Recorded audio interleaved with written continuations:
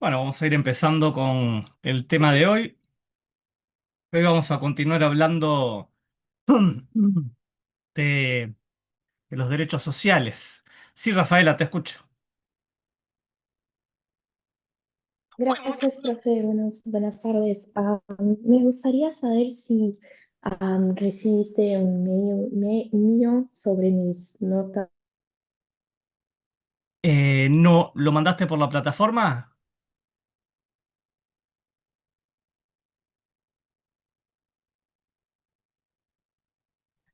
¿Por dónde lo mandaste? ¿Un mensaje en la plataforma fue, Rafaela? No, fue un correo electrónico. No, correo no recibí ninguno. Si no, mandame un mensaje por la plataforma, que a mí me llega.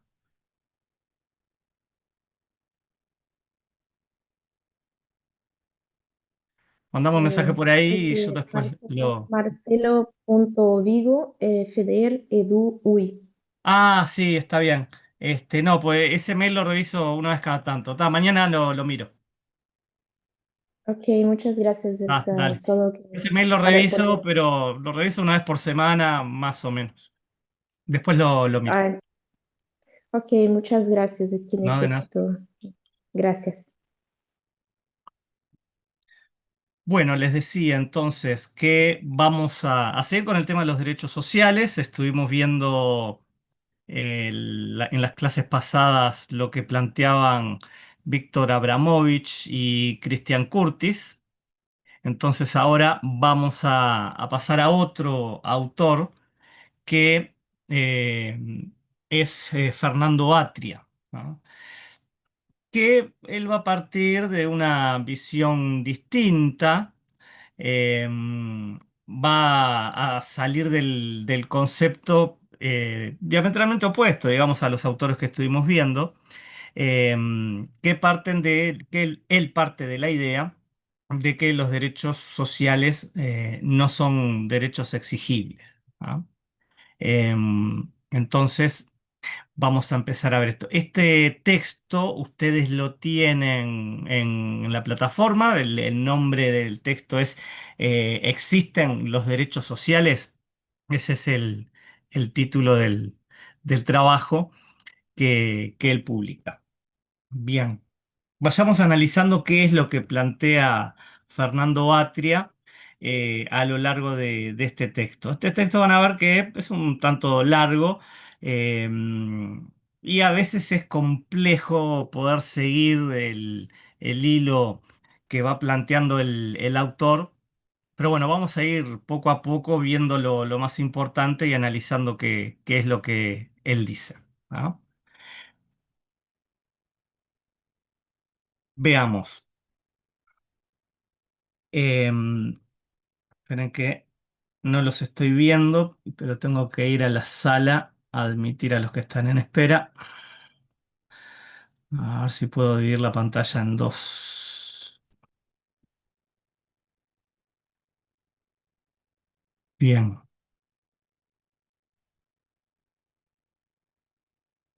Bueno, él arranca haciendo, digamos, un análisis histórico de, más o menos parecido al que nosotros fuimos haciendo cuando vimos la parte histórica de los derechos humanos, ¿no? Entonces, bueno, comentando acá cuándo es que nace el Estado moderno. Recuerden que, como nosotros vimos, el derecho moderno, surge justamente en la misma época que el Estado moderno, digamos, ahí es el periodo fundador con el liberalismo. Entonces, este Estado moderno, este derecho que nosotros tenemos, se va a empezar a conformar en ese momento histórico, ¿no?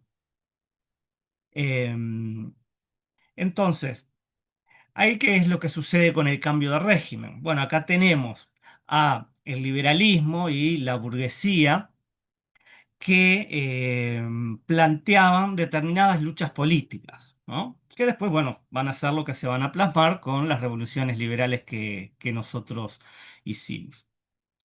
Él dice que la burguesía empieza a demandar determinados bienes que para ellos son importantes, relevantes. ¿No?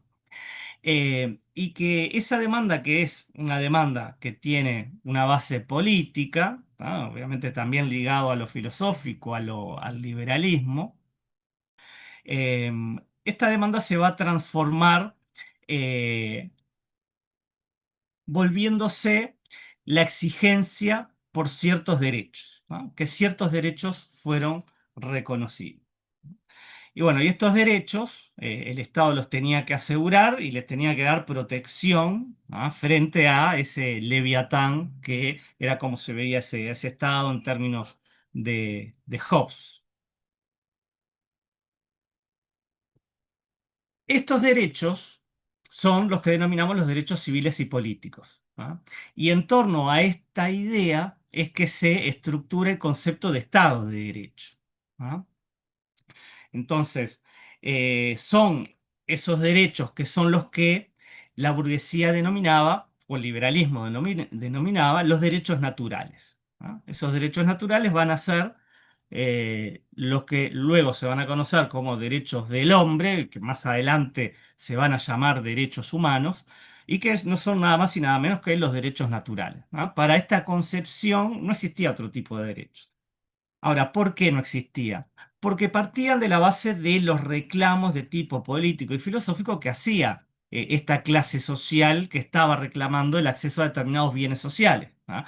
Recordemos que estamos en ese cambio de régimen, de ese régimen feudal todavía, monárquico, absolutista, que no encajaba en estas ideas modernas y en las nuevas formas de producción, como ya vimos nosotros en su momento. Bueno, estos son los que se van a llamar los derechos de primera generación.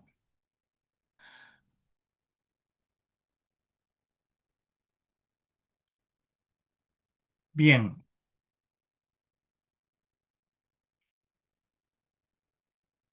acá tenemos además el otro concepto que plantea el liberalismo, que es que van prácticamente de la mano, que son las teorías contractualistas, ¿no? En donde allí se va a establecer o se va a plantear la idea de generar una asociación política, ¿no? Que esa asociación va a ser la encargada de darle protección a esos derechos que no los establece ese Estado moderno, sino que están establecidos de antemano porque son derechos naturales. Entonces, esta generación de la asociación política es algo que no es natural, es decir, es algo construido por los seres humanos de manera artificial. ¿Ah? Lo que sí tenemos que es natural son los derechos. ¿Ah? Los derechos existen previo a la constitución de esa asociación, son previos al Estado.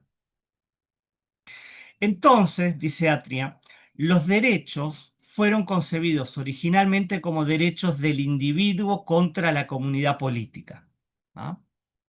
Es decir, son derechos que tiene la persona y que los demás no deben violentarlos. Sí, a mí. Profe, ¿qué dijiste que planteaban las teorías contractualistas? La idea de la asociación política, ¿no? Ah, ok, gracias. El pacto social, el contrato social, ¿no? Salir de ese estado de naturaleza. Entonces todos decidimos ceder nuestros derechos a cambio de seguridad, ¿no? O sea, a grandes rasgos es eso. Después van a haber autores que van a diferenciar si cedemos todos los derechos, o algunos sí, otros no. Ahí va a haber mucha variedad, depende del autor que estemos hablando. Pero la idea básica es eso. Nosotros cedemos libertad, pero a cambio ganamos en seguridad, ¿no? Eso es lo positivo de esta construcción política, ¿no? De esta asociación política. Entonces, los derechos son concebidos en su origen como derechos en contra de la comunidad política. Son derechos de la persona en contra de la comunidad política, en contra del leviatán. eh, y ustedes recordarán que yo les insistía en esta idea original del concepto de derechos humanos de esa época, que se plantean como derechos contra el Estado, ¿no? Es una forma de que el Estado se mantenga sin ningún tipo de interferencia y que los individuos desarrollan libremente su libertad, ¿no? Y el Estado lo más lejos posible. Bueno, por eso tienen esa idea de derechos en contra de. ¿No?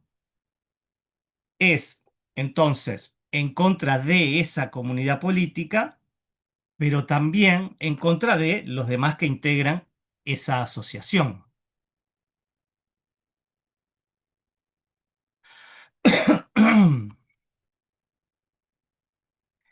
Esa digamos que es esta noción liberal, burguesa, que va a llevar estas ideas, las va a plasmar en definitiva en los procesos revolucionarios y después se van a consolidar como el modelo.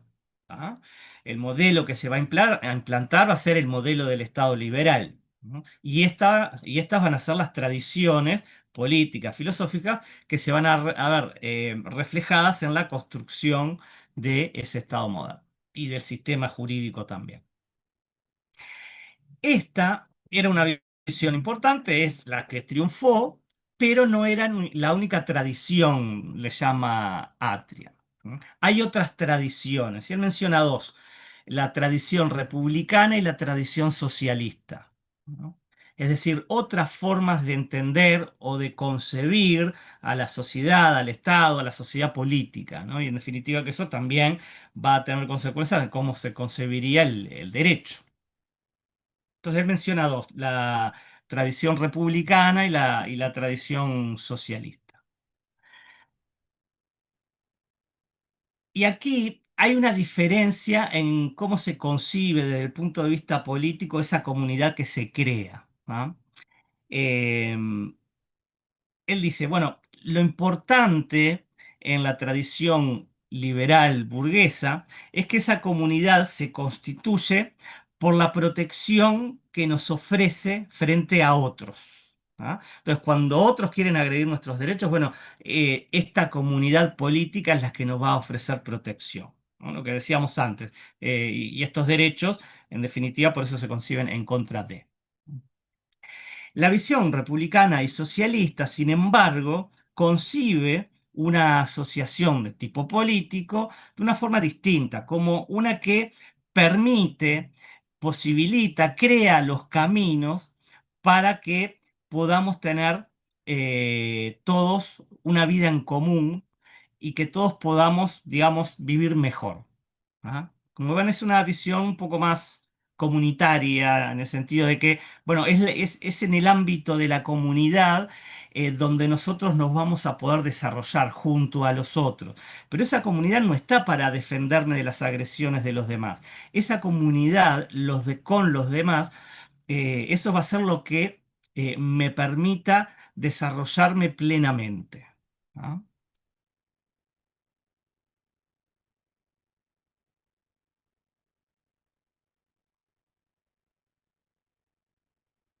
A ver, sigamos. Entonces, él dice, le voy a citar un pedacito de la página 4, el principio. Dice, en la visión liberal son los derechos individuales los que constituyen el núcleo duro de legitimidad. El Estado es utilizado como un instrumento para hacer cumplir las obligaciones que los individuos tenían respecto de los otros, incluso en el estado de naturaleza y que correspondían a los derechos naturales. Las obligaciones de los demás, incluido el Estado, y los derechos de la gente son correlativos, pero la prioridad normativa corresponde a los derechos. En esta visión socialista o republicana, que es la otra que él menciona, la comunidad es valiosa porque permite a sus miembros relacionarse respondiendo a la razón y no a sus inclinaciones. En otras palabras, porque dentro de ella pueden actuar no ya mirando exclusivamente su autointerés, sino sobre la base de la solidaridad. Entonces, Em, veamos que acá aparece esa idea del estado de naturaleza cuando menciona que el autointerés, ¿no? Que respondemos a nuestras inclinaciones. ¿Eso qué quiere decir? Bueno, cuando vivíamos en el estado de naturaleza, abro paréntesis, recordemos que es una ficción teórica que hacen las teorías contractualistas, ¿no? No existió un estado de naturaleza como tal. Pero bueno, haciendo esa salvedad, cuando estábamos en el estado de naturaleza, nos manejábamos por el interés propio y respondíamos simplemente a nuestras inclinaciones, ¿ah? Es decir, hacíamos lo que queríamos o lo que en el momento nos venían ganas. Bueno, cuando nos constituimos como sociedad, ahí ya no miramos lo que nos interesa a nosotros mismos, sino que también miramos a lo de los demás, y la base sobre la que se cimenta esa asociación es la solidaridad. ¿Ah? Y después van a ver que él menciona uno de los lemas clásicos del socialismo, ¿no? De cada cual de acuerdo a sus capacidades, a cada cual de acuerdo a sus necesidades. ¿Ah? Digamos que esa es la base de o el fundamento de esa comunidad que surge y que lo hace sobre la base de la solidaridad, a cada cual según su capacidad. Es decir, cada uno va a aportar según lo que sea capaz de aportar. ¿Ah? Eh, pero luego tenemos la segunda parte, a cada cual de acuerdo a sus necesidades. Cada cual va a recibir lo que necesite. ¿No? Entonces, aquellos que puedan aportar mucho aportarán mucho, los que no puedan aportar no aportarán, los que necesiten mucho se les dará mucho, los que no necesiten nada no se les dará nada. Eso básicamente a grandes rasgos es lo que significa a cada cual según sus capacidades y a cada cual según sus necesidades.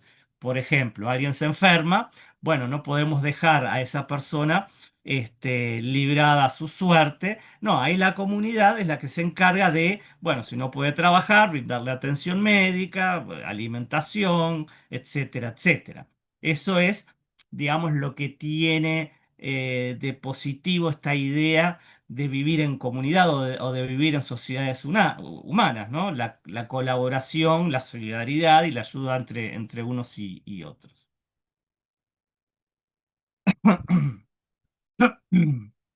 Entonces, ¿qué sucede? Acá es donde vamos a tener un problema de ajuste teórico. ¿Ah? Esos derechos naturales, esos derechos del hombre, y permítame decir solo del hombre para distinguirlo del concepto de derechos humanos, ¿tá? Que era como se le denominaba en el siglo XVII-XVIII. Porque recordemos, derechos humanos, recién en el siglo XX les vamos a empezar a llamar así. Esos derechos del hombre que estaban construidos sobre una base filosófica totalmente distinta, el liberalismo. ¿Ah? Y vimos que esos derechos eran derechos en contra de. Entonces, ahí es donde entra aquello que nosotros vimos de la relación jurídica. Ahí es donde encontramos la correlación derecho y deber correlativo. Derecho-deber. ¿Ah? Yo tengo un derecho, el otro tiene el deber de satisfacer mi derecho. ¿No? Hay un sujeto pasivo allí. Derecho-deber. Mi derecho, yo tengo la posibilidad de reclamarle al otro que cumpla con ese derecho. ¿No? Vean que aquí hay un binomio que implica enfrentamiento. ¿No? Yo tengo un poder sobre para que otro haga algo, ¿no? Aunque no quiera. Entonces él dice, este binomio no se puede traducir en términos de solidaridad, ¿ah? Porque la solidaridad no se puede transformar en estos términos de derecho subjetivo, porque la solidaridad no implica estar en contra del otro. Todo lo contrario, la solidaridad implica tener en cuenta al otro. ¿Ah? Es decir, él menciona, implica la supresión del yo y el sacrificio hacia el otro. ¿Ah? Ejemplo, bueno, esa persona que no puede trabajar está enferma. Bueno, los demás de la comunidad aportamos y esa persona va a tener un seguro de salud, va a tener atención médica, etcétera, etcétera. Bueno, eso implica una supresión del yo y un sacrificio hacia el otro. No es que decimos, bueno, si no puede trabajar, y eso es por muchas semanas, morirá de hambre, pobre, qué lástima. No, esa solidaridad implica tener en cuenta al otro. Y la idea de derechos subjetivos es precisamente lo opuesto. A ver, no sé si se entiende esto, que esto va a ser el núcleo central, por lo cual va a hacer que Fernando Atria diga que los derechos sociales no pueden ser derechos porque no encajan en esa, es decir, surgen de la corriente republicana y socialista, y no se pueden traducir a un lenguaje del derecho liberal, ¿no?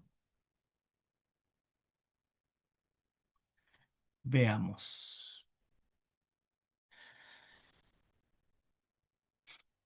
Que él tiene numerados, el documento está numerado. Yo ahora vamos a empezar con el punto 3 que está en la página 5, que ahí él va a hablar del socialismo y de algunas críticas que le hace a esa idea de derechos de la visión liberal. Sí, Luciana. No, profe, si podrías repetir esto último porque no entendí de cuando hablaste de la solidaridad, ¿no sería un deber correlativo porque tenemos en cuenta al otro? Claro, ¿O me lo que olvidé? pasa que cuando surge la noción de derecho y de Estado, se construye sobre la noción de derecho subjetivo. ¿Ah?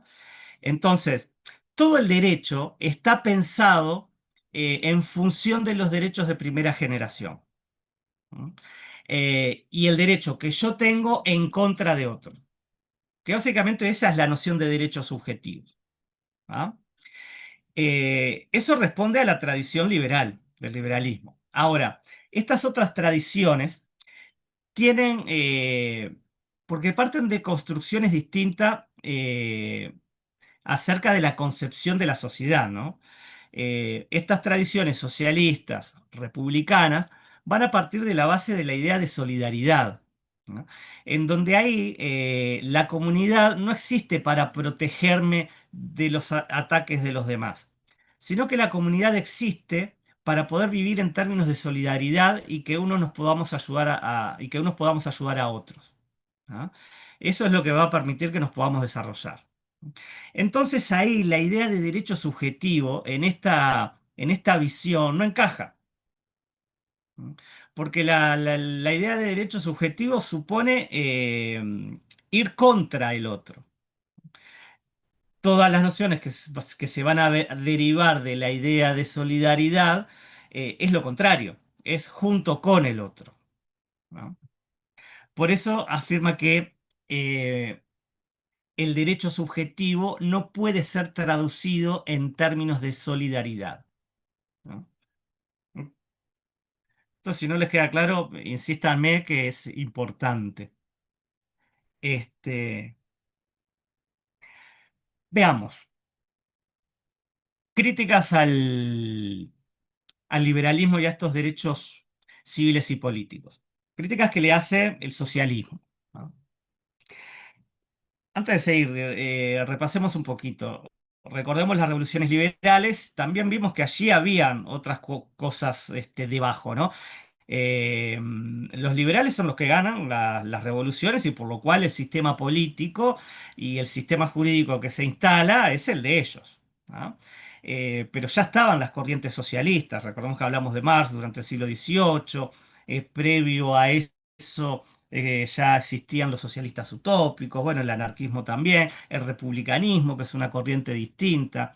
Es decir, ya estaban en pugna todas estas y sobre todo durante el siglo XVIII, porque ahí es donde ese Estado que recién nació se está acomodando, ¿no? Ahí tenemos el auge del marxismo a mediados del siglo XIX, el experimento de la Comuna de París también a mediados del siglo XIX, que se instala un sistema basado en las ideas críticas o marxistas, ¿no? Entonces, o como yo les decía cuando hablábamos de la Revolución Francesa fue una revolución en la que participaron todas las clases sociales, bueno, menos la nobleza, pero ahí participó el campesinado, los trabajadores, fue una revolución que atravesó las clases a diferencia de la inglesa y la norteamericana, que fue una revolución más de burgueses, ¿no? En la francesa no. ¿Por qué digo esto? Porque ya en esta época histórica ya estaban presentes todas estas tradiciones. Claro, la que triunfa es una, pero las otras no desaparecen, siguen allí, ¿no? Entonces, bueno, la tradición socialista le va a plantear a estos derechos civiles y políticos dos críticas. Una que es unilateral, es una visión unilateral, y la otra es que es formalista, ¿no? Es decir, esta visión de los derechos del hombre, es decir, los derechos civiles y políticos, era una visión unilateral y formalista. ¿Por qué? Es unilateral porque mira a la persona aislada de la comunidad, ¿no? Entonces, no considera a la persona viviendo en comunidad.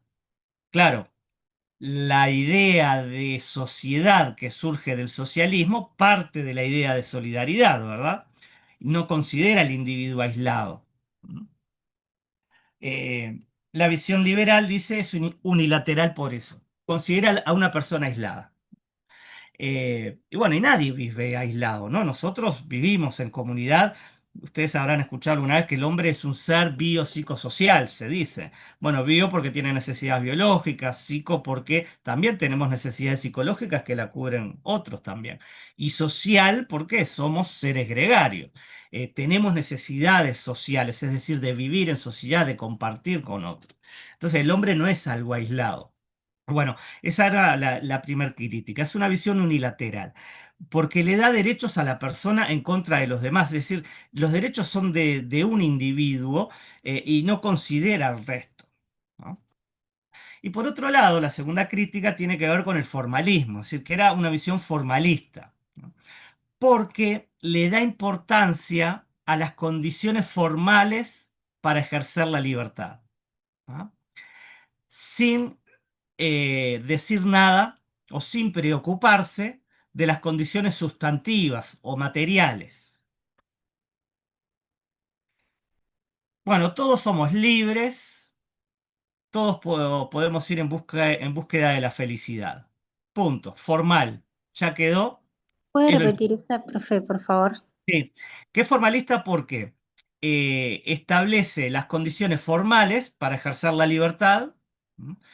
Pero no se preocupa por las condiciones sustantivas. Sí, Eilish. Las condiciones sustantivas, ¿qué sería como la posición de cada uno? Claro, las condiciones de las que parte cada uno. Todos Bien. somos libres. Bueno, pero él después va a hacer un par de ejemplos que yo ya se los he comentado, que es, hay dos ejemplos que pone más adelante. Uno, el de dos personas que van a vivir debajo de un puente, ¿no? Un multimillonario y una persona en situación de calle, ¿no? Podemos decir, bueno, los dos son libres de elegir dónde pasar la noche ese día, o de elegir dormir debajo de un puente. Bueno, en realidad, formalmente sí, pero sustancialmente ahí el único que eligió fue el rico, ¿no? El pobre no tiene más remedio porque no tiene dónde ir.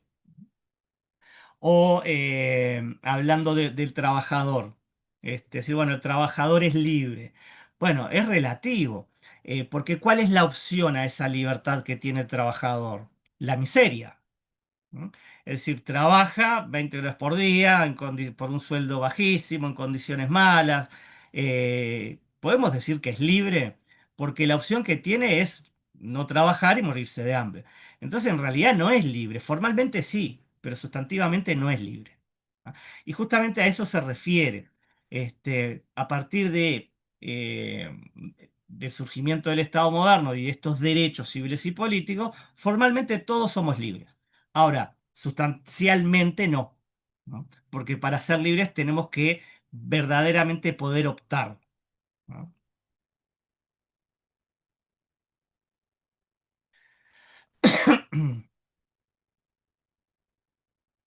Es lo que él después va a mencionar como tener propiedad sobre sí mismo. Él lo menciona de esa manera.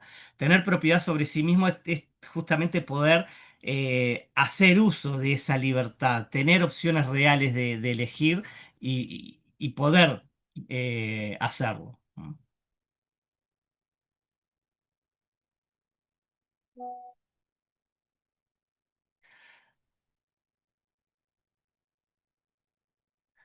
Bueno, a ver qué más.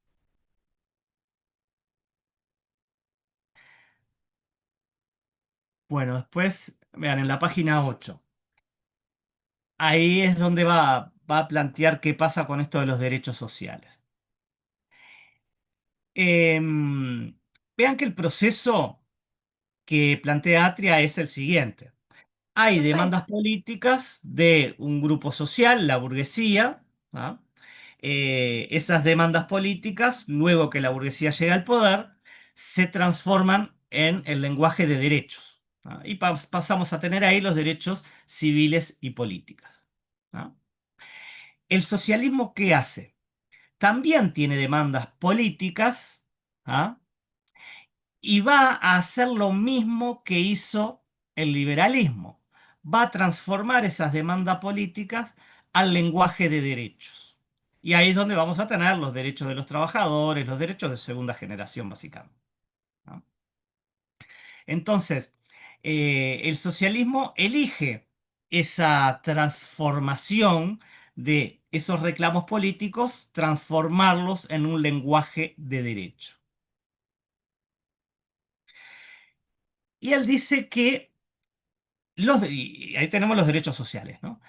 Y así como el derecho subjetivo no puede ingresar o ser traducido a un lenguaje en términos de solidaridad, él va a decir que los derechos sociales no pueden ser traducidos en términos de derechos subjetivos, ¿no? Porque los derechos sociales se construyen sobre la idea de solidaridad. ¿No? Y como vimos, solidaridad y derechos subjetivos son opuestos. Por eso, él va a sostener que los derechos sociales no son derechos subjetivos, no pueden serlo. Sí, Mauricio. ¿Cómo fue? Derechos sociales no pueden ser derechos subjetivos y viceversa, ¿no? Claro, porque surgen de tradiciones distintas. ¿Ah? El liberalismo individualista crea esa noción de derechos subjetivos que son mis derechos en contra de los demás. ¿Ah? Ahora, una visión socialista que entiende a la comunidad sobre términos de solidaridad, habla de derechos grupales, de derechos sociales, derechos colectivos.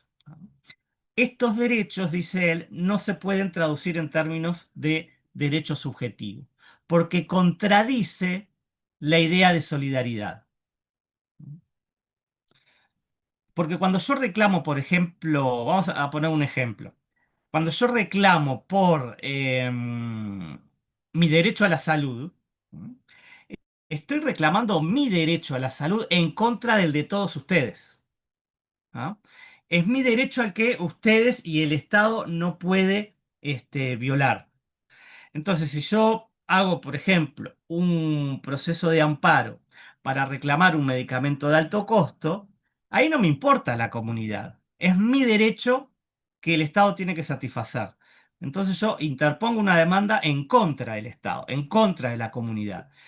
¿No? Él después lo va a decir con la idea de que para que los derechos sociales eh, sean derechos subjetivos, lo que se ha tenido que hacer es dessocializarlos, es decir, sacarle ese carácter de solidaridad o de social.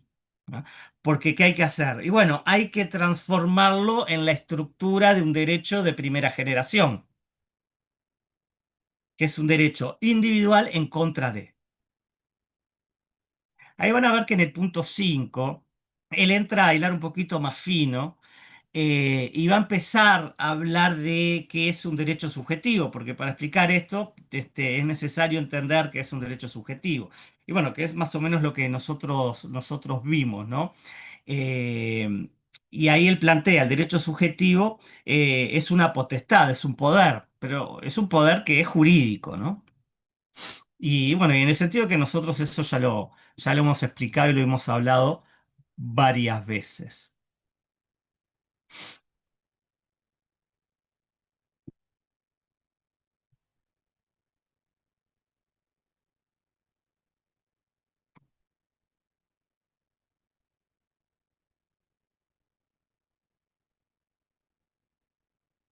¿Qué más?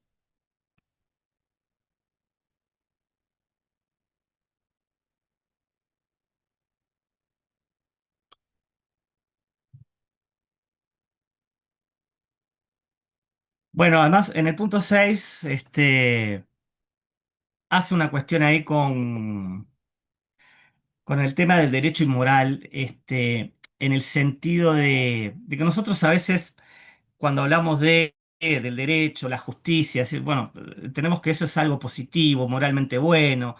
Pero él dice que en realidad el tema no pasa por la moral. El derecho no tiene en cuenta la moral, porque acá lo que importa es si el otro está obligado a hacer, a no hacer o a dar algo. ¿Ah? Y no entra en juego una consideración de tipo moral. ¿Ah? Incluso dice, ¿es posible obligar a algo a hacer, obligar a alguien a hacer algo moralmente injusto? Y bueno, sí. Si el que lo reclama tiene un derecho subjetivo, sí. ¿No? Y bueno, eso es lo que tiene la noción del derecho subjetivo. Ahí lo que importa es si uno tiene un poder jurídico para obligar a otro a dar, hacer o no hacer algo. ¿No? Si eso es bueno o malo, no importa. ¿No? Si tiene el poder jurídico, eso está dado por una norma y hay una obligación, el otro la tiene que cumplir. Em, Pensemos, una mujer con sus hijos no puede pagar el alquiler y la desalojan. ¿Eso jurídicamente es correcto? Bueno, sí, incumplió el contrato, y ya se le habrán dado todas las prórrogas que marca la ley, punto, tiene que ir a la calle. Entonces ahí el derecho no se preocupa si eso es bueno o malo, moralmente. ¿Ah? Y bueno, si nosotros consideramos la idea de los derechos sociales como lo planteamos también en términos de justicia social, bueno, eso es una contradicción que tenemos también. ¿Mm? Y es que eso es lo que tiene el derecho subjetivo, es el derecho de una persona en contra de los demás, ¿ah? Sin importar consideraciones de tipo moral.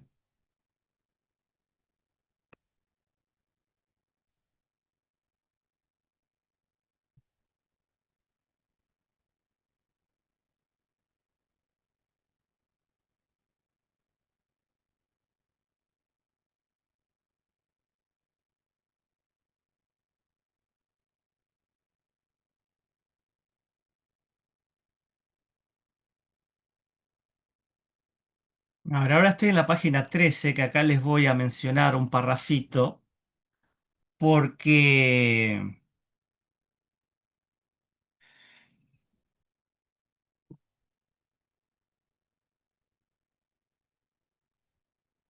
este, ¿qué sucede? Luego el liberalismo va a tomar algunas, algunas de las consideraciones que se hacen respecto a los derechos sociales, en el sentido de que toma algunos derechos sociales como derechos, es decir, los presenta como derechos. ¿Ah? Y esto obedece sobre todo a las respuestas que el liberalismo se ve obligado a dar frente a las críticas que surgían de estas corrientes socialistas o republicanas, ¿no? Por ejemplo, la idea del formalismo y del derecho. Entonces decía, bueno, todos somos libres, bárbaro, pero este Estado moderno que ustedes construyeron ha generado pobreza, por ejemplo, y no ha podido lograr que la mayoría de la gente en la sociedad actual viva bien, ¿no? Pensemos, estamos hablando del siglo XIX, XVIII. Este, entonces, es necesario, o se tornó necesario para también el liberalismo poder tomar algunas de estas ideas, ¿no? Por ejemplo, sobre todo a través de la corriente del liberalismo progresista. ¿Ah? El liberalismo progresista va a tomar algunas de estas ideas, por eso no va a ser un liberalismo puro. ¿Ah? Va a ser unos liberales que se van a acercar un poco a las ideas del socialismo, sobre todo en lo que tiene que ver con que el Estado tiene que intervenir y acercarse a ese Estado social de derecho, ¿no? Bueno, uno de los ejemplos más claros que tenemos ahí es el estado de bienestar, ¿no? Entonces, eh, dice Atria, entonces, al presentar esto como derechos, el liberalismo se ve enfrentado a un dilema. Es el último párrafo de la página 13. Uno, mantener su adhesión prioritaria a los derechos de primera generación, declarándolos más importantes que las otras necesidades, ¿ah? E implicando así que lo importante era, por ejemplo, gozar de libertad formal, aunque esa libertad fuera sustancialmente vacía, ¿no? Y ahí tiene el ejemplo del rico y del pobre que eran libres de dormir bajo los puentes de país. Es decir, la primera opción era, no, los derechos importantes son los de primera generación, ¿ah? Los de segunda, no. Y acá lo importante es la libertad formal. Si después los demás la gente no tiene las condiciones sustantivas para alcanzar esa libertad, es otro problema. Bueno, aceptar esta tesis es complicado, ¿no? Básicamente es como decirle a la gente, bueno, miren, en realidad fracasamos en esa promesa que hicimos de búsqueda de la felicidad, porque en realidad la felicidad le llegó solo a los burgueses. Y la segunda opción es aceptar que las condiciones para el ejercicio legítimo y sustancialmente significativo de las libertades fueran también cubiertas por los derechos con al menos el mismo título que ellas. ¿Qué quiere decir esto? Bueno, aceptar los derechos sociales como tal, ¿no?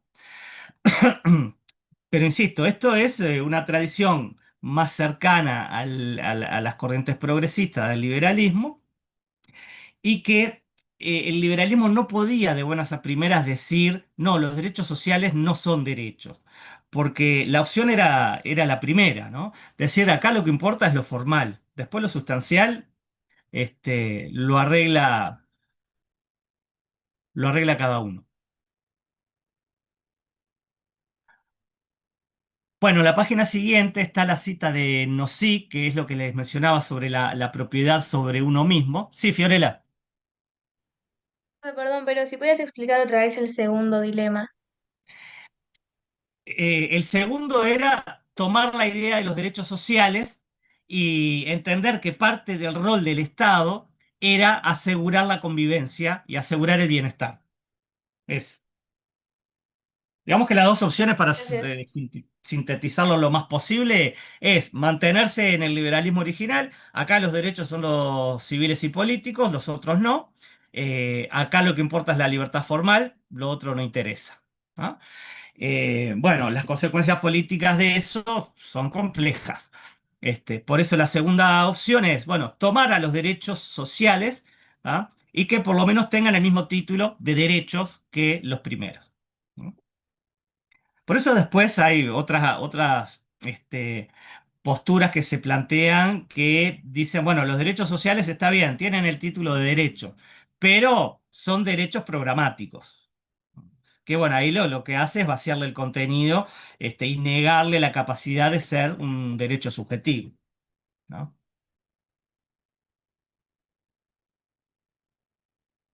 Les decía, después está la cita a Nozick, que él plantea esta idea que les mencioné recién, que es la propiedad sobre uno mismo, ¿no? Dice, en el sentido de control sobre la propia vida. ¿Ah? Y que tiene que ver, propiedad sobre uno mismo en el sentido de que uno es dueño de sí mismo, uno puede decidir, tiene las posibilidades de elección, ¿no?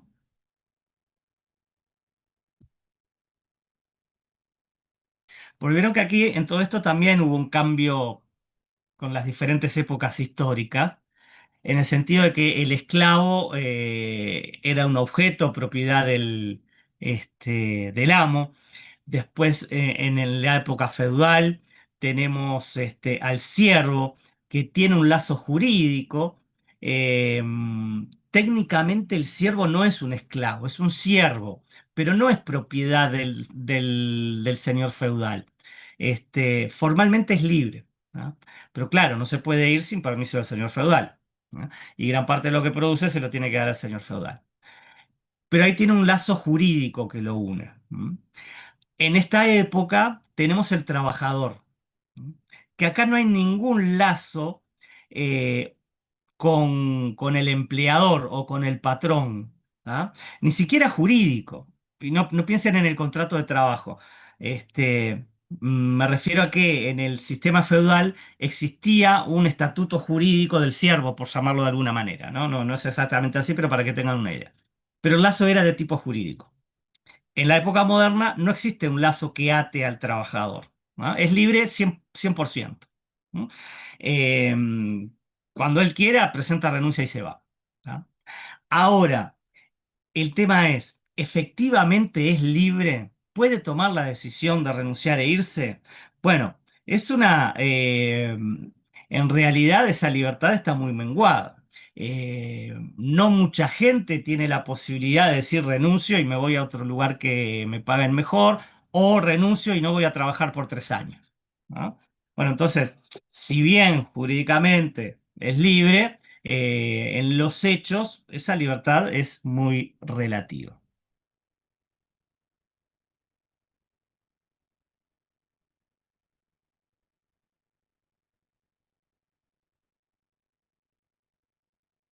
Bueno, la página siguiente es cuando plantea el ejemplo del trabajador. ¿Ah? Em, si el trabajador es forzado no a trabajar, ¿no? Bueno, lo que les decía recién. En realidad sí, está obligado a trabajar, porque la única opción que se le puede presentar es o trabajo o miseria, ¿no? Y eso no es, ahí no se tiene la posibilidad real de existir. Ese trabajador, en términos de NOSIC, no tiene la propiedad sobre sí mismo.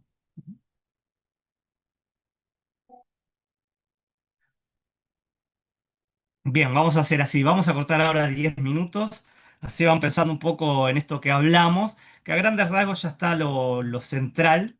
Y después vemos, terminamos de ver lo que plantea Atria y ver si tienen alguna duda que haya quedado. ¿Ah? Bueno, cortamos 10 minutos y volvemos, ¿de acuerdo? Muy bien. Ok, gracias.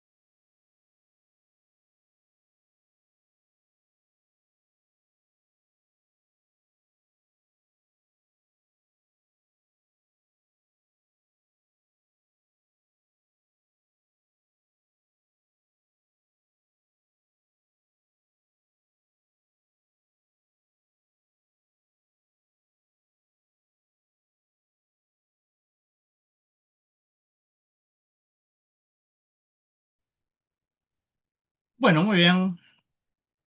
Vamos a volver. A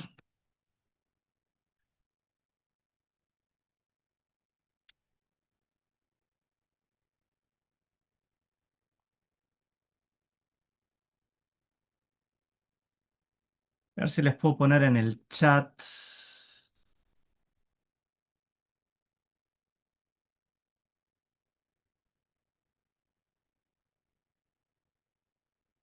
Este es el documento de Atria. Ahí está subiendo.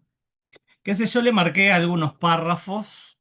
Es el mismo que está en EVA, nada más que le marqué algunos párrafos que les puede ayudar un poco a seguir la lectura y centrarse en lo más relevante, donde plantea las ideas fuerza. ¿Ah? Pero a ver, sigamos viendo qué es lo que plantea. ¿No? A grandes rasgos ya más o menos tenemos la visión aquí de Atria planteada. Vean que una nota al pie sobre este autor. Pues nosotros podemos pensar que la crítica a los derechos sociales puede venir del liberalismo, ¿no? Sería lo lógico, lo razonable. Sin embargo, este autor no es un autor liberal, es un autor de fundamento marxista.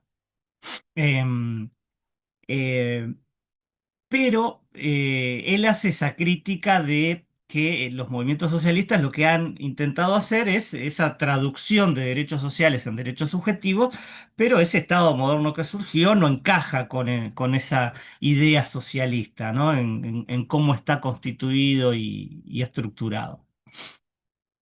Y esto es una crítica que no es nueva, eh, y ha pasado con varias materias. Por ejemplo, cuando surge el derecho laboral, eh, las críticas más fuertes a la construcción de una rama jurídica que proteja los derechos de los trabajadores venía también del marxismo. ¿No? Porque ahí, digamos que el fundamento de la crítica era el siguiente. Eh, Como plantea el marxismo, vivimos en una sociedad en donde hay una burguesía que oprime al trabajador, y bueno, lo que tiene que hacer el proletariado es la revolución y romper esas cadenas, abolir la lucha de clases, abolir el Estado, ¿no? Ahí conseguiríamos una sociedad igualitaria.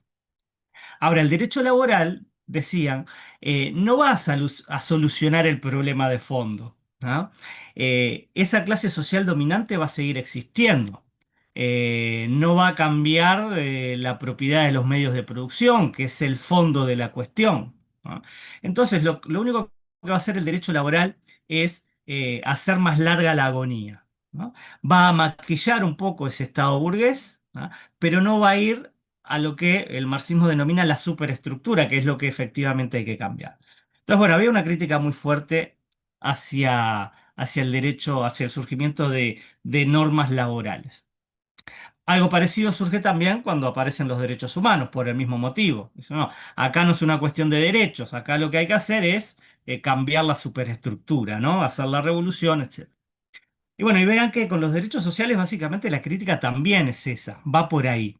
Es decir, hay como, acá ya no es una crítica como podría plantear el liberalismo desde el punto de vista ideológico, sino que la crítica que va a surgir del marxismo va a ser una crítica que va a ser coherente con los postulados clásicos marxistas. ¿No? Si uno quiere un cambio social, en realidad lo que tiene que hacer es cambiar la estructura social, que es la economía, ¿no? Y no apuntar a cambios superestructurales. Pero bueno, esa era una anotación de este autor chileno que plantea esta crítica y que además cuando uno lee las críticas que hace, pues, son razonables y tienen un fundamento importante, ¿no? Lo que no quiere decir que le demos la razón. Bueno, veamos.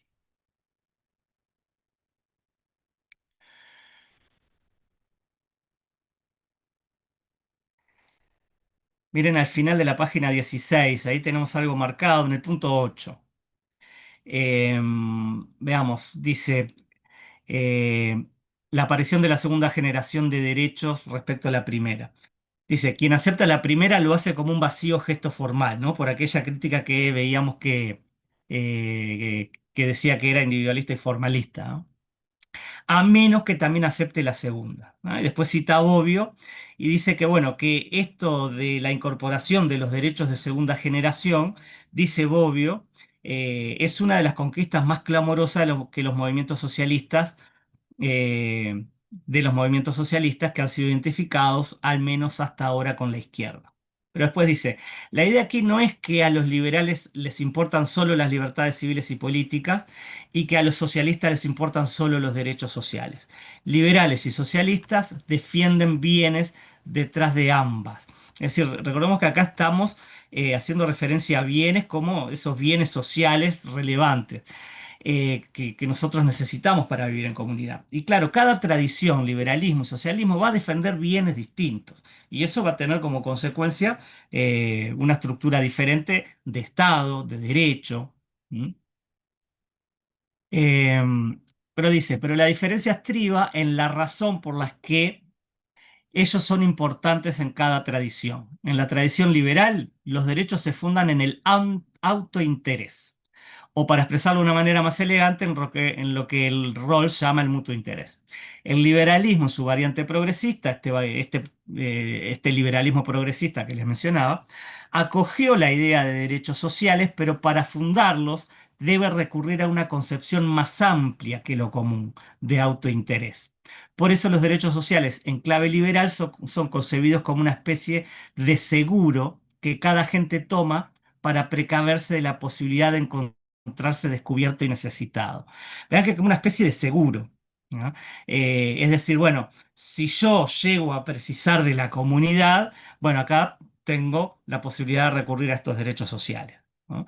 Pero no son la idea estructurante de comunidad como es en la tradición socialista. En la tradición socialista los derechos sociales van a partir de la estructura misma de la comunidad, que es concebida en base o en términos de solidaridad, ¿no? En cambio, en el liberalismo progresista va a ser como una especie de seguro al cual poder recurrir. Y vean que al final de esta página habla que es la última oración. Por eso los derechos de bienestar, que Holmes, es otro autor que él cita, encuentra en la tradición liberal, no son derechos sociales en el sentido socialdemócrata, sino derechos a un mínimo, ¿no? Ustedes se acuerdan que cuando hablamos de Alicia Castro hicimos referencia a esto. ¿Mm? Es decir, un derecho a un mínimo no es igual que un derecho social en la corriente socialista. En la corriente socialista va a buscar una igualdad sustantiva, es decir, que todos puedan acceder a los mismos bienes y en la misma medida. En cambio, en la tradición liberal o liberal progresista, los derechos sociales van a ser un derecho a un mínimo, ¿no? Es decir, todos vamos a tener la posibilidad de acceder por lo menos a algo, ¿no? Claro, en la medida que uno tenga más capacidades, podrá mejorar ese acceso, pero si no, la sociedad te va a garantizar un mínimo, ¿no? Dice, lo que ofende no es la desigualdad, sino la pobreza. ¿Qué quiere decir? Que no importa que haya desigualdad, pero lo que no puede haber es pobreza, ¿ah? Por eso dice, lo que ofende no es la desigualdad va a estar ahí, pero lo que ofende sí es la pobreza. Y después sigue con la concepción socialista. En la tradición socialista, los derechos sociales son una manifestación de forma superior de comunidad, en la que cada uno contribuye de acuerdo a sus capacidades y recibe de acuerdo a sus necesidades, ¿no? Que bueno, después cita a otro autor, Marshall, que comenta qué significa estos derechos para esa sociedad, ¿no? Una sociedad concebida en términos de, como dijimos hoy, solidaridad.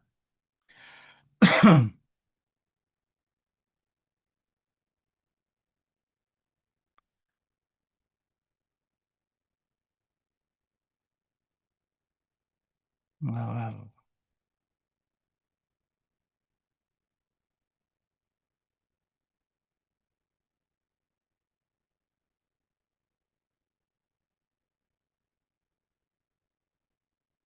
Bueno, después vean que se sigue metiendo con los derechos subjetivos, qué son los derechos subjetivos, para ver cómo encajan estos en términos de derechos subjetivos, los derechos sociales en términos de derechos subjetivos.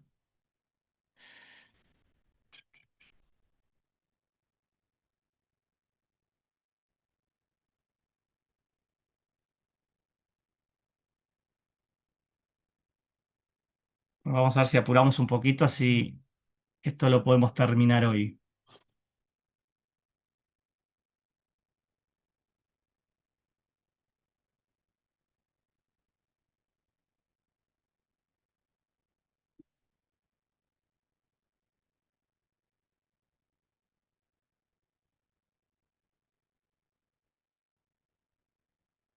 Acá hay algo interesante que a veces se hace mención de manera equivocada. Vean en la página 22 que él habla de la relación entre derecho y política, ¿no?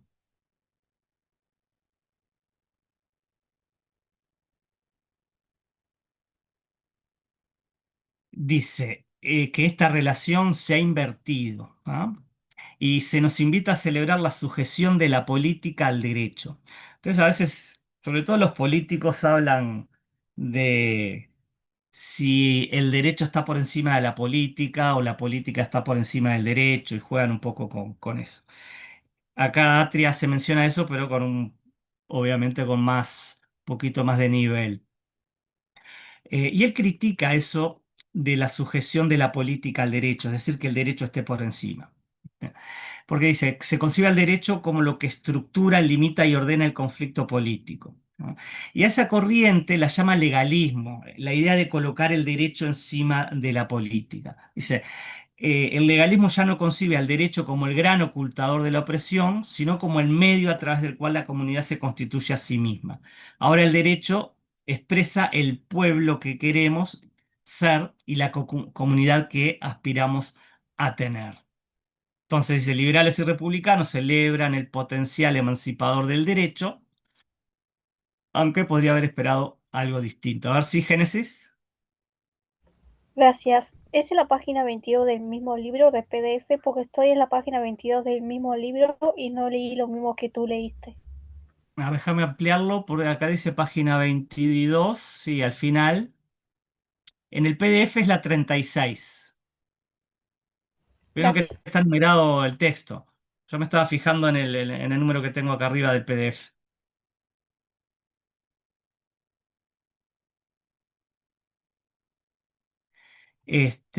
Porque acá la cuestión es, el derecho en realidad debe estar sujeto a la política. ¿Mm? ¿Por qué? Porque una comunidad, ¿dónde toma las decisiones? Bueno, en el ámbito político, ¿no? Y el derecho obedece a decisiones de tipo política. ¿Está bien? La idea de plantear el derecho por encima de la política él le llama legalismo. Y es así, una comunidad primero adopta decisiones políticas y en base a eso luego va a construir el derecho. ¿No? Digamos que desde un punto de vista lógico está correctamente planteado de esa manera.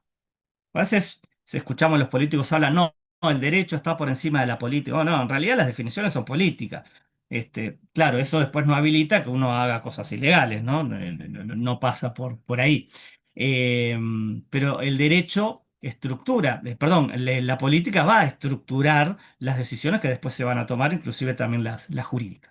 Claro, cuando tenemos un conjunto de normas que regulan la acción del Estado, bueno, después los que gobiernan tienen que cumplir esa norma, ¿no? Eso es el principio de legalidad.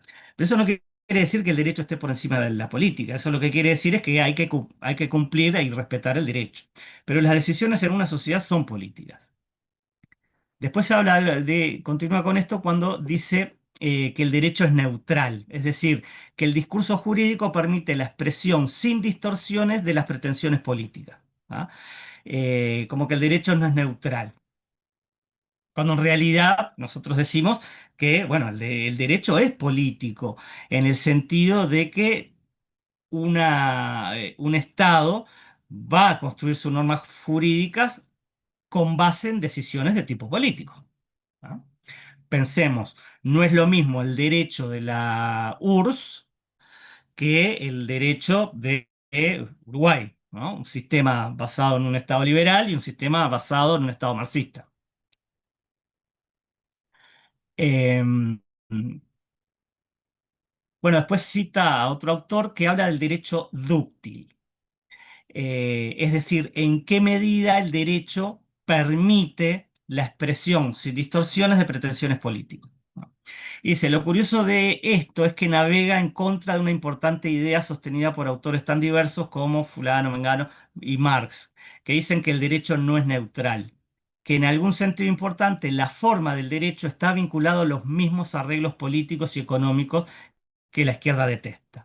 Marx expresaba esta idea en un famoso pasaje sobre la cuestión judía, que bueno, habla, o sea, alguna de las menciones que hace Marx a los derechos humanos, que no fueron muchas, pero alguna hay hecho, ha hecho. Entonces, eso del derecho dúctil implica eso, en qué medida el derecho permite, sin distorsiones, expresar pretensiones políticas.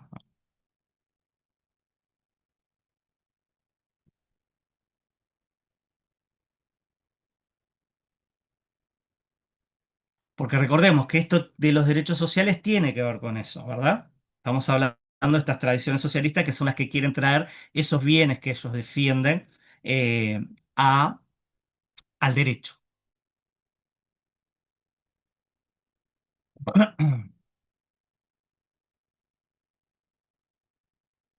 Y acá vuelve a lo neutral en la 24. Se los leo textual para que ustedes lo puedan ubicar en el texto. Es parte de lo que está subrayado o marcado allí. El anteúltimo párrafo de la 24. Dice, sin embargo, para que el derecho sea neutral, es decir, para que a través de él se pueda manifestar el conflicto político sin distorsiones de traducción, no es suficiente que el discurso jurídico carezca de autonomía respecto al discurso político. Se requiere adicionalmente que ese derecho sea completamente dúctil, en el sentido de que cualquier reclamo político pueda ser manifestado a través de él sin necesidad de distorsionarlo, es decir, sin necesidad de presentarlo de un modo distinto a como en efecto es. ¿No? Entonces, esa es la ductilidad que tiene el derecho, ¿no? Opa. A ver, porque acá después donde va a venir una especie de conclusión.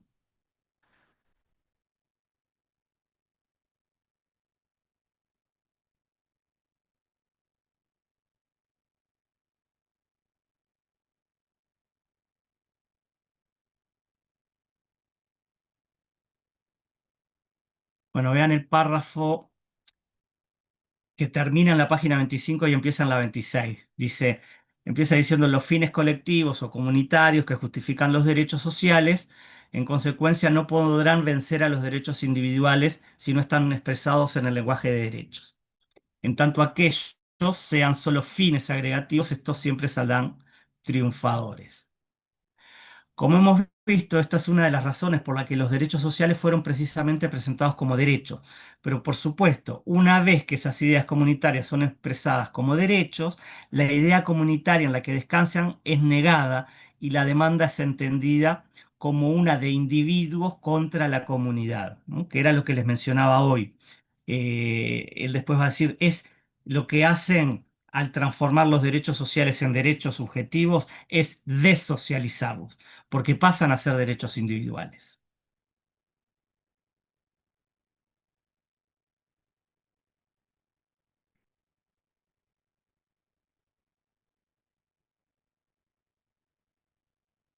Bueno, después habla de Abramovich y Curtis y critica la posición de ellos.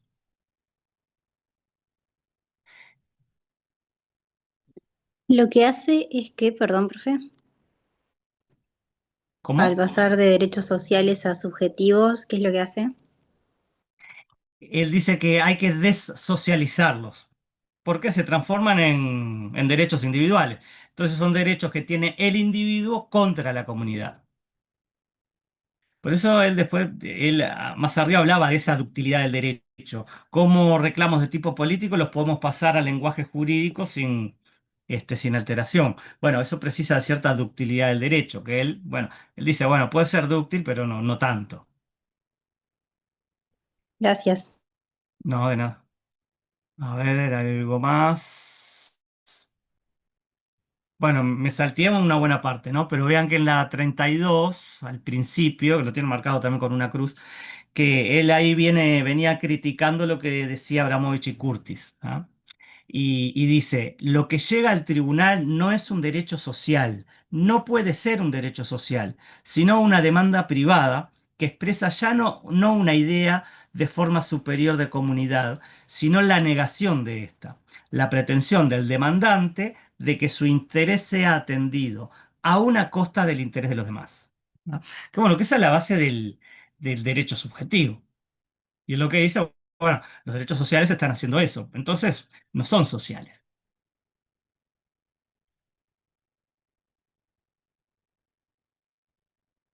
Bueno, y después cita a Rosencrantz, que es interesante esta cita. Ahí también la tiene marcada en la página 32. Dice, como el derecho no puede redimir la promesa de los derechos sociales, esto en tanto derechos jurídicos están condenados a mantenerse como una promesa incumplida, devaluando de paso las otras promesas que el derecho hace. ¿Ah? Entonces, ¿qué dice en conclusión? Debemos remover los derechos sociales de nuestras constituciones. Eso dice Rosencrantz. ¿Qué argumenta él acá? La sociedad no puede cumplir con la promesa que hacen los derechos sociales. No todo el mundo va a poder tener acceso a salud, trabajo, educación, vivienda, alimentación. Eso es imposible, dice. ¿Ah? Entonces, cuando nosotros ponemos a los derechos sociales como derechos, lo que estamos haciendo es también devaluar las otras promesas. ¿Cuáles son? La de los derechos civiles y políticos. ¿Por qué? Porque tenemos un conjunto de derechos que la sociedad no puede cumplir. La sociedad no puede satisfacer la salud, educación, vivienda, etcétera, de todo el mundo. Entonces, si no puede hacer eso, no lo va a poder hacer con ningún derecho. Va a ser la conclusión a la que podíamos arribar. Por lo cual dice, para evitar eso y no devaluar a los otros, es mejor que desaparezcan los derechos sociales. ¿No? Una poco tajante, pero bueno, es la posición que plantea Rosencrantz.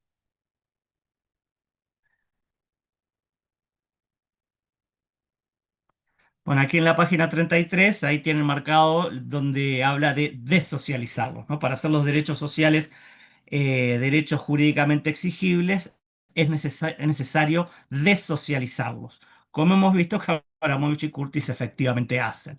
Es decir, acá le pasó una patadita, dice, bueno, en realidad Abramovich y Curtis no defienden los derechos sociales, lo que hacen es los desocializan.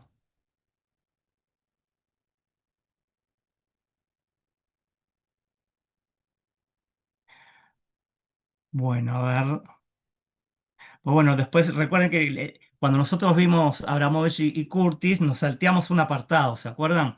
Que es el apartado en el que ellos analizan la jurisprudencia, que eso nosotros no lo vimos. Porque bueno, justamente juegan con eso, y yo les había hecho mención a parte de la propuesta que está ahí en eso que nos salteamos nosotros, es esa idea que planteaban estos dos autores, Abramovich y Curtis, respecto a que había que ir, para poder reclamar un derecho social, lo que hay que hacer es ir por un derecho civil, ¿no? Aquello de la teoría de los derechos ventana. Yo no puedo reclamar por el derecho a la salud, entonces la demanda la inicio por el derecho a la integridad física. ¿No? Y así con otros derechos. Entonces, hacer ingresar a los derechos sociales por ese lado. Y bueno, y después se entran a analizar jurisprudencias de Argentina y también de la Corte Interamericana en el sentido del reconocimiento que se le va dando de a poco a los derechos sociales.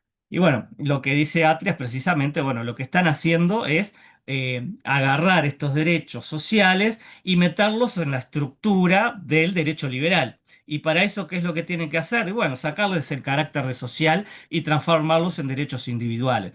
Porque cuando yo reclamo mi derecho a la salud, no estoy reclamando algo por la comunidad, es algo para mí y lo hago en contra de la comunidad. Bueno, creo que el núcleo central ya está.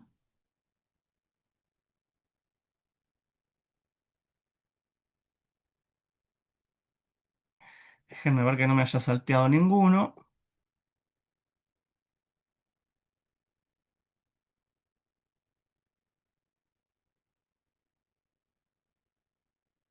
A ver, Martina. Profe, entonces, ¿en qué momento la sociedad puede reclamar los derechos? Así, como si yo reclamo un derecho, se iría como en contra de la sociedad, como había dicho. Entonces, ¿en qué momento la sociedad reclama como comunidad?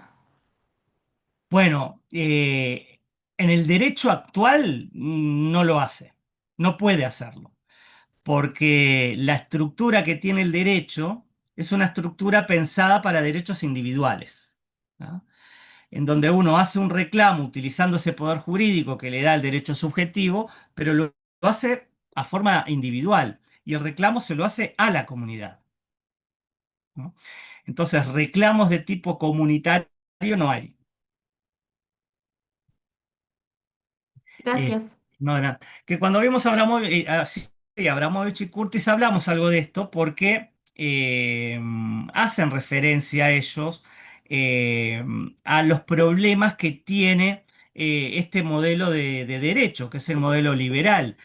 No existen estructuras procesales que contemplen reclamos de tipo comunitario. ¿Ah? Todo el sistema de procedimientos de juicios, ¿no? Las estructuras procesales están pensadas para reclamos de derechos individuales, ¿no? Que son los clásicos derechos civiles y políticos. Una persona haciéndole una demanda a otra, ¿no? Y si esa persona que hace la demanda tiene un derecho subjetivo que se lo da una norma jurídica, bueno, el juez va a tener que satisfacer ese derecho, ¿no? Y eso lo va a hacer, la persona va a reclamar contra los demás. Entonces, los derechos sociales que tienen como característica ser derechos de colectivos, derechos de grupos, ¿no? Como vimos, el tema de la salud afecta a todos, eh, la vivienda, no son cosas que se puedan transformar meramente en individuales, hace a todos. No tiene estructuras procesales que permitan un reclamo de tipo comunitario, ¿no? Lo más parecido que puede haber es cuando se hacen litis consorcio, es decir, cuando se inicia un juicio y lo hacen varias personas juntas, ¿no? Eh, pero en realidad eso es como juntar 20 juicios en uno, ¿no? Porque en realidad ahí cada uno va a comparecer por sí mismo y no en nombre de una comunidad. Eso no existe. Por eso, en caso de modificar, habría que modificar toda la estructura del derecho moderno. Es complicado, pero bueno. Porque insisto, el derecho y el Estado que tenemos hoy es el que va a surgir en las revoluciones liberales y que se van a fundar en la filosofía liberal, en el contractualismo, en el justnaturalismo. Y bueno, en base a esas ideas que fueron las triunfantes es cómo se constituyó el Estado moderno y por consiguiente el derecho de ese Estado, ¿no?